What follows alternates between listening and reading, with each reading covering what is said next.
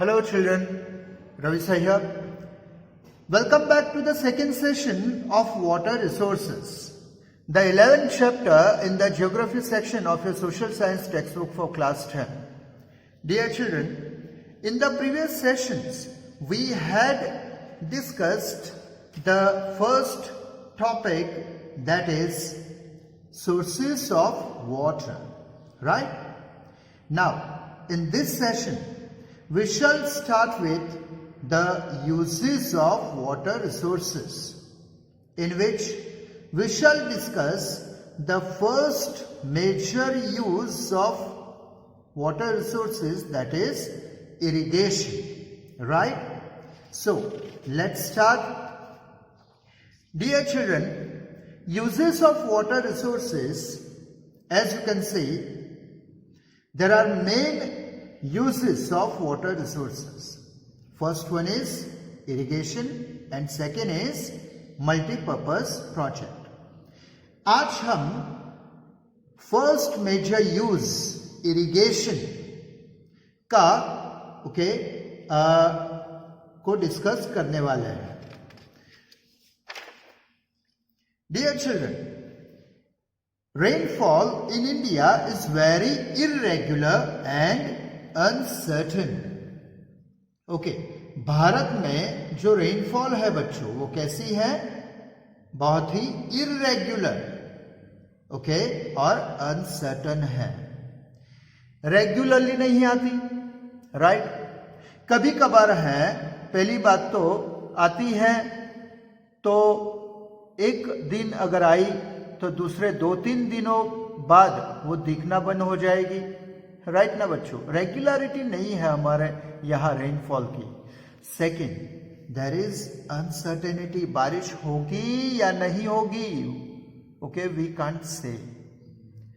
कुछ साल अच्छी बारिश होती है, दूसरे साल बारिश ही नहीं होती. अगर होती है बहुत कम होती है या तो बहुत ही ज्यादा हो जाती है. अनसर्टेनिटी और इरेगुलरिटी की प्रॉब्लम है यहाँ पे, राइट? और एग्रीकल्चर की अगर बात करें बच्चों तो बिना रेनफॉल के तो पॉसिबल ही नहीं खेती, है ना? पॉसिबल है कब? जब इरिगेशन की फैसिलिटी अवेलेबल हो तो, राइट? और इस रेनफॉल की वजह से जो इरेगुलर और अनसर्टन है, इसकी वजह से it adversely affects some crops like paddy, sugarcane, jute, which require more water. और ऐसी रेनफॉल की वजह से बच्चों पैडी, शुगरकेन और जूट जैसे क्रॉप जो है जिन्हें ज्यादा बारिश की जरूरत पड़ती है, राइट? ज्यादा पानी की जरूरत पड़ती है, तो ऐसे क्रॉप्स को एडवर्सली इफेक्ट करती हैं हमारी रेनी सीजन. फॉर एग्जाम्पल बच्चों, ये जो क्रॉप है उनमें से देखा जाए तो चलो ये व्हीट की बात कर ले. The production of 1 kg of wheat, dear children, ये 1 मार्क के लिए बहुत ही इंपॉर्टेंट क्वेश्चन है आपके लिए. 1 मार्क के लिए, remember. For example, the production of 1 kg of wheat, 1 kilo गेहूं उगाने के लिए कितना पानी चाहिए? Requires about 1500 litres of water. देखो बच्चों, सिर्फ और सिर्फ 1 किलो गेहूं उगाने के लिए, खेती में 1 किलो गेहूं उगाने के लिए कितने पानी की जरूरत पड़ती है? 1500 लीटर पानी की जरूरत पड़ती है. मोस्ट टाइम क्वेश्चन बच्चों, याद रखिएगा. अब अगर बारिश ही ना हो बच्चों, अगर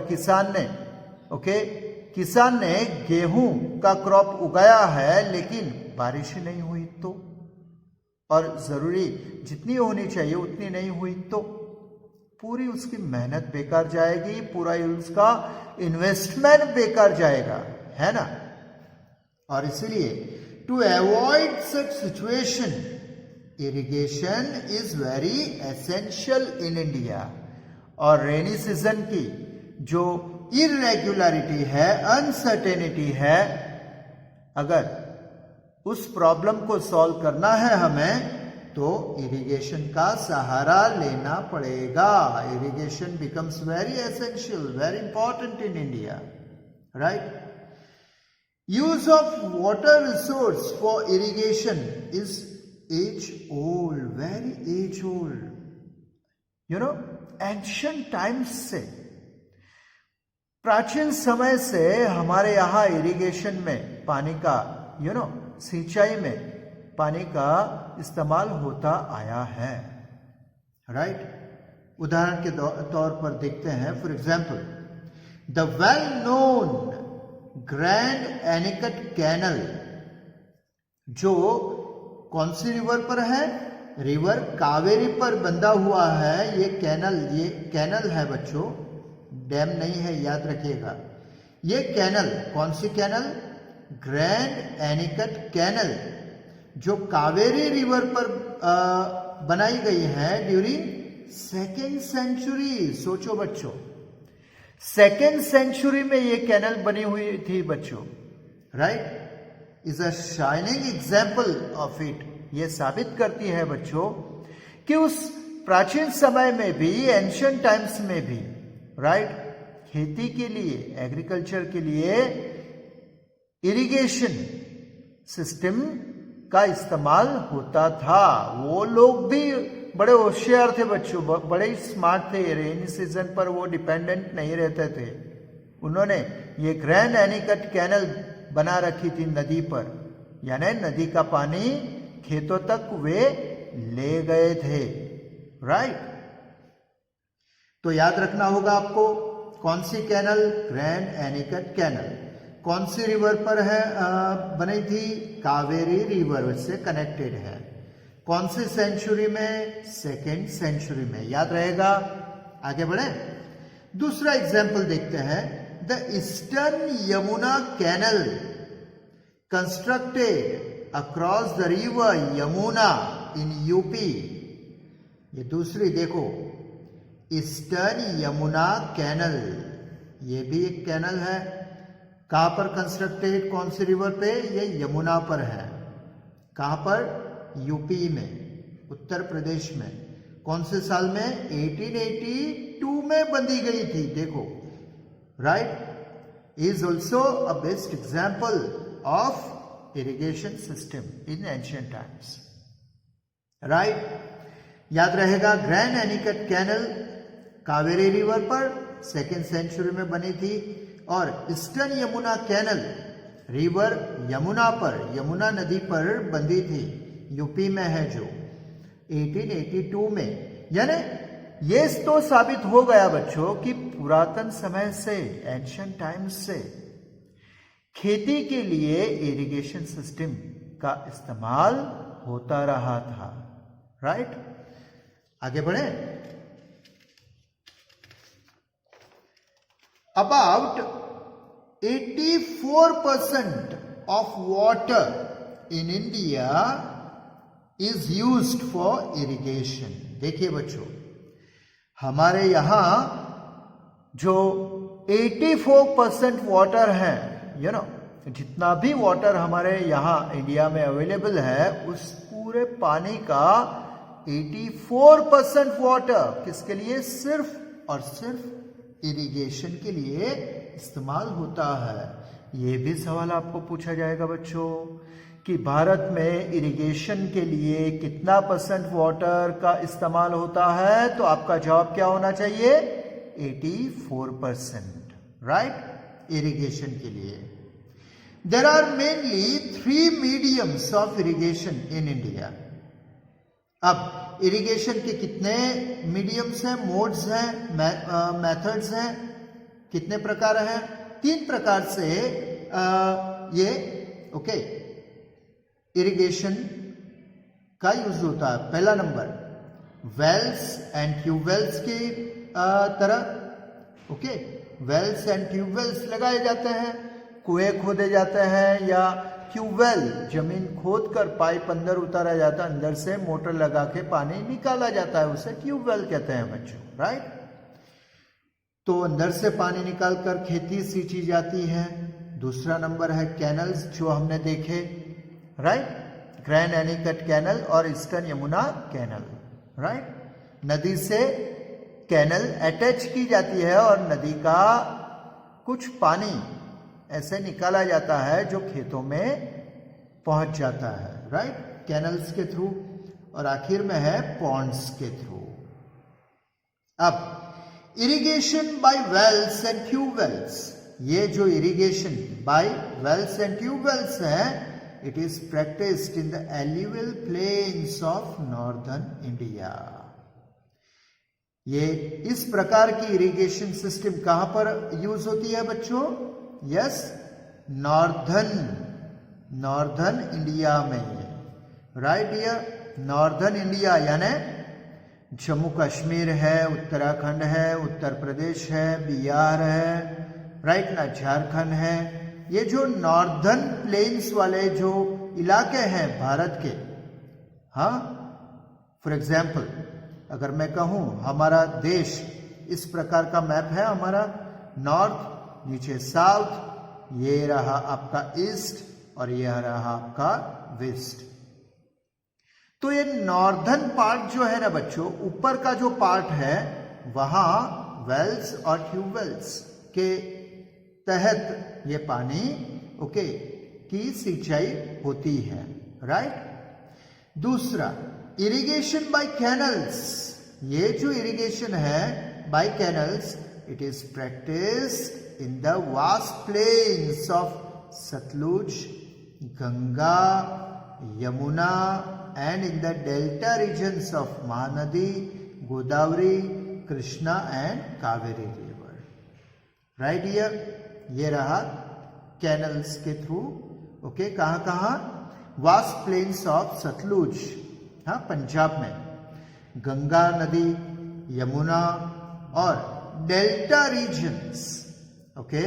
फॉर एग्जाम्पल ऐसा ट्रायंगुलर शेप हमारा मैप का ऐसा समझो, तो यहां जो ट्रायंगुलर शेप जो बन जाता है उसे डेल्टा रीजन कहते हैं बच्चों, नदी का, राइट। तो delta regions of Mahanadi, Godavari, Krishna and Kaveri river, यहां कैनल्स के थ्रू इरिगेशन होती है, ओके। उसके बाद इरिगेशन बाय पॉन्ड्स, पॉन्ड्स के तहत कहां पर इरिगेशन इंप्लीमेंट होती है? ईस्टर्न और सदर्न स्टेट्स, यानी हमारे जो ईस्टर्न स्टेट्स हैं और ये सदर्न स्टेट्स, यहां पर पॉन्ड्स के द्वारा तालाब बनाए जाते हैं बच्चों। आप कहोगे कि सर ये तालाब बनाए जाते हैं क्यों? तो बच्चों ये इसलिए क्योंकि ये जो इलाके है ना, ये खास तौर पर सदर्न का पेनिनसुला जिसे कहते हैं हम, हाँ, ट्रायंगुलर शेप साउथ इंडिया का जो बनता है ना, ये तो आपको पता ही होगा कि ये पेनिनसुला कहते हैं इसे। तो ये पेनिनसुलर जो इंडिया है हमारा, साउथ इंडिया जिसे कहते हो आप, ये उसकी ऊंचाई बहुत है बच्चों। This is a plateau, actually ये प्लेटो है, हाँ, माउंटेनस रीजन है, और इसीलिए यहां अंडरग्राउंड वाटर बहुत ही कम क्वांटिटी में अवेलेबल है। अब अगर क्वांटिटी अगर कम है बच्चों, तो खेती कैसे करेंगे फिर, है ना। तो बच्चों इन लोगों ने फिर क्या किया कि यहां उन्होंने तालाब खोद के रखे, ओके, तालाब खोद के रखे ताकि बारिश का पानी है वो इकट्ठा हो जाए और उन तालाब का पानी इस्तेमाल करके वे खेती करते हैं बच्चों, एग्रीकल्चर करते हैं, राइट। सो ये आपको एक 1 मार्क के लिए एक क्वेश्चन पूछा जाएगा बच्चों, यू नो। आज में भी कि आपको एक मैप दिया जाएगा, इंडिया का एक मैप दिया जाएगा और आपसे कहा जाएगा कि ये जो इंडिया का जो सदर्न पार्ट है वहां पानी दिखाया जाएगा आपको और पूछा जाएगा कि देखो इंडिया के इस रीजन में ये इरिगेशन की सिस्टम है, राइट। तो ये कौन से सिस्टम है? तो आपको कहना होगा ये पॉन्ड्स का इस्तेमाल करके की जाने वाली ओके इरिगेशन सिस्टम है। याद रहेगा बच्चों, ओके, तो आगे बढ़े। तो बच्चों ये इरिगेशन का इस्तेमाल देखा, अब ये भी हाथों हाथ ये भी देख लेते हैं कि distribution of irrigated area in India, most time पी short note dear for your board examination. Okay, देखो कि एक टॉपिक क्या है पहले ये समझ लो। कुछ बच्चे बिना समझे ओके कि आंसर रटना शुरू कर देता है। बच्चों पहले देख लो कि ये क्वेश्चन क्या कहना चाहता है, क्या पूछ रहा है। Distribution of irrigated area in India, पूरे भारत में, राइट, पूरे भारत में, ओके, नॉर्थ, साउथ, ईस्ट और वेस्ट, ये पूरे भारत में जो इरिगेशन सिस्टम है, कौन से एरिया में कितनी ज्यादा है, कितनी कम है, कहां अच्छी है, कहां अच्छी नहीं है, राइट, वो हमें यहां आपको एक्सप्लेन करना है। देखो, after independence the irrigated area has increased fourfold. Bharat में आजादी के बाद जो इरिगेटेड एरिया है ना, यानी सिंचाई वाला जो इलाका है, वो 4 गुना बढ़ गया है, फोरफोल्ड, 4 गुना बढ़ गया है, राइट। क्योंकि आजादी के बाद हमने कई सारे डैम्स बनाए, चेक डैम्स बनाए, कैनल्स खोदी, है ना, इसकी वजह से इरिगेशन सिस्टम बहुत हमने डेवलप कर दी, राइट। कितना, 4 गुना वो इरिगेशन सिस्टम एरिया है उसका बढ़ गया। At present, about 38% of net sown area in India has the benefit of irrigation facility. आज के दौर में कितना कि जो पूरा जो जितने भी हिस्से में खेती होती है बच्चों, हमारे देश में जितने भी हिस्से में खेती होती है उसका ये उसे नेट सोन एरिया कहते हैं। ये एग्रीकल्चर एरिया, उसे नेट सोन एरिया कहते हैं। तो कितना जो एग्रीकल्चर है उसका कितने परसेंट को ये इरिगेशन फैसिलिटी अवेलेबल है? सिर्फ 38%, राइट। यानी सिर्फ 38% एग्रीकल्चरल लैंड को इरिगेशन फैसिलिटी अवेलेबल है, और बाकी की, यस, बाकी की जो एग्रीकल्चरल लैंड है बच्चों, नेट सोन एरिया है, उससे इरिगेशन फैसिलिटी अवेलेबल नहीं है अभी भी, और इसलिए they have to depend on rainfall, समझे, जो कैसी है, इरेगुलर और अनसर्टन है। About 84% of water available in India goes for irrigation, right. जितना भी पानी हमारे देश में अवेलेबल है उसका 84% वाटर तो हम सिर्फ इरिगेशन के लिए ही इस्तेमाल करते हैं। But the distribution of irrigated area is very uneven in India. देखो हमारा टॉपिक अब आ गया कि कैसा है, यस, वेरी अनइवन। ये जो डिस्ट्रीब्यूटेड इरिगेटेड एरिया है वो कैसा है, अनइवन, यानी अनइक्वल है, राइट, असमानता है देखा जाए तो। For example, in Punjab, Haryana, Uttar Pradesh, Bihar, Tamil Nadu, Jammu Kashmir and Manipur states, यानी जो हमारा नॉर्दर्न इलाका है, ऊपर का हिस्सा,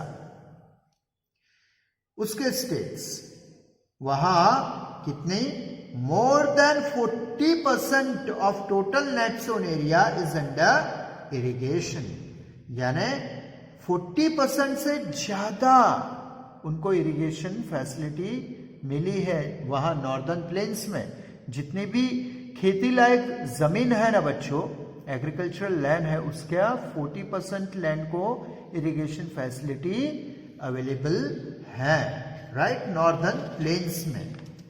ओके, आगे, in India the delta regions, okay, near the river mouths, Punjab, Haryana, Western Uttar Pradesh etc. have intensive irrigation.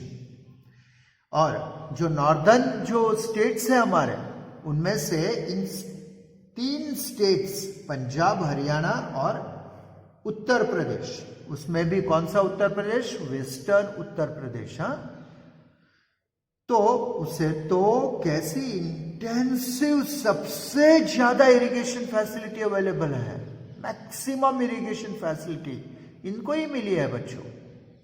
और इसीलिए you will be surprise to know बच्चों कि यहां साल में 3 बार वो क्रॉप्स ले सकते हैं, राइट।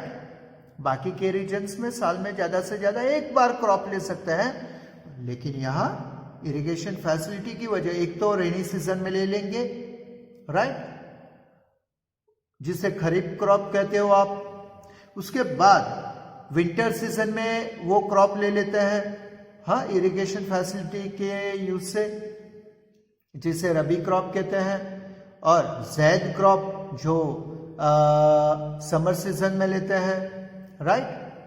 तो वो भी इरिगेशन सिस्टम उनके पास अवेलेबल है 24/7, ओके, उनके पास इरिगेशन फैसिलिटी अवेलेबल है, राइट। और इसीलिए बच्चों you know they can take bumper crops, okay, उनके पास बम्पर क्रॉप्स अवेलेबल है, ले सकते हैं।